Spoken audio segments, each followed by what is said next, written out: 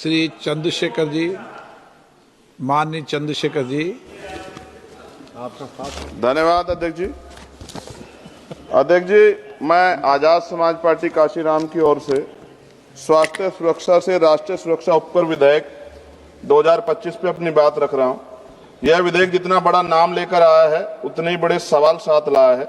इस बिल का उद्देश्य राष्ट्रीय सुरक्षा और लोक स्वास्थ्य को सुदृढ़ करना बताया गया है, लेकिन इसकी संरचना, प्रावधान और भाषा में भारी अस्पष्टता है। अतिशक्तियां और राजस्व वसूली की प्रवृत्ति स्पष्ट रूप से दिखाई देती है।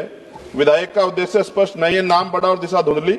सरकार कहती है कि उपकर राष्ट्रीय सुरक्षा और लोक स्वास्थ्य पर व्यय को पूरा करेगा, लेकिन कौन सी राष्ट्रीय सुरक्षा परियोजना, कौन सा स्वास्थ्य कार्यक्रम, कितना फंड किस योजना को मिलेगा, किस मंत्रालय को कितना आवंटन होगा, विधेयक में एक भी ठोस उल्लेख नहीं। इससे यह उपकर विषय वस्तु के बिना नाम मात्र का कर बनकर रह जाता है। अध्यक्ष जी, विधेयक स्पष्ट कहता है कि उपकर का पैसा कंसोलिडेटेड फंड और ऑफ इंडिया में जमा होगा। इसका अर्थ है पैसा किसी भी सामान्य सरकारी खर्च में मोड़ा जा सकता है।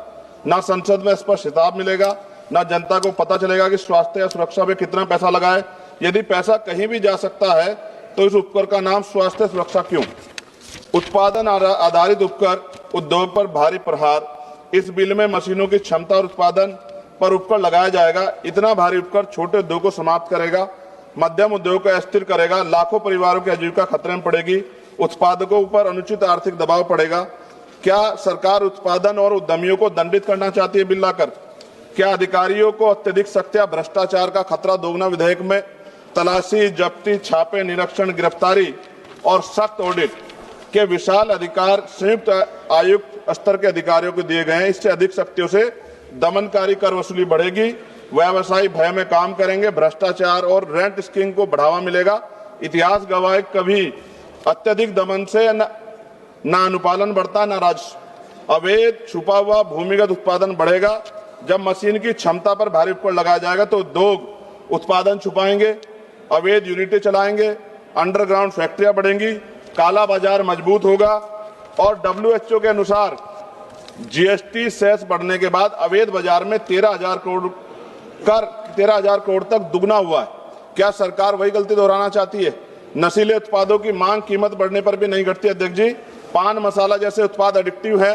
कीमत बढ़ने से इनके उपभोक्ता कम नहीं होते, बल्कि गरीब लोग सस्ते, मिलावटी, जहरीले, काला बाजार उत्पाद खरीदते हैं। स्वास्थ्य जोखिम में बढ़ता है, सरकारी अस्पतालों पर बोझ बढ़ता है, समाज में दीर्घकालिक नुकसान होता है। क्या यह स्वास्थ्य सुरक्षा या स्वास्थ्य संकट है? राज्यों को उनका संवैधानिक हिस्सा न मिलना, इससे उपकर नॉन डिविजिबल है। इसका अर्थ है राज्यों को इसमें से ₹1 का भी हिस्सा नहीं मिलेगा। केंद्रवाद बढ़ेगा, राज्यों की वित्तीय स्वायत्तता कमजोर होगी, विकास योजना पर प्रतिकूल प्रभाव पड़ेगा। राज्यों का हक क्यों छीना जा रहा है? अध्यक्ष जी, विधेयक को संसदीय परीक्षण से बचाकर जल्दी पारित करने की कोशिश गलत। इतना महत्वपूर्ण और व्यापक प्रभाव वाला विधेयक उद्योग, उपभोक्ता, राज्यों, कर प्रणाली, आर्थिक गतिविधि सभी को प्रभावित करता है। निष्कर्ष जी, यह विधेयक देश हित में नहीं राज्य हित में है।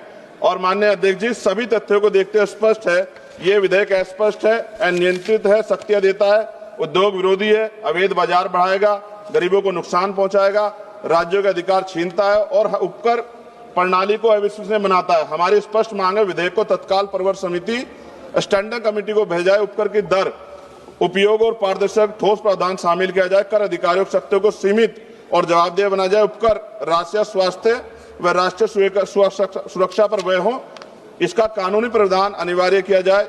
इन्हीं शर्तों के साथ इस बिल का मैं विरोध कर संशोधन सहित पुनर्विचार की मांग करता हूं।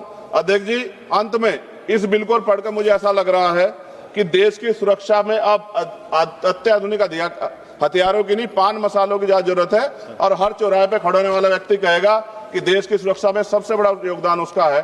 धन्यवाद अध्यक्ष जी। जय भीम, जय भारत, जय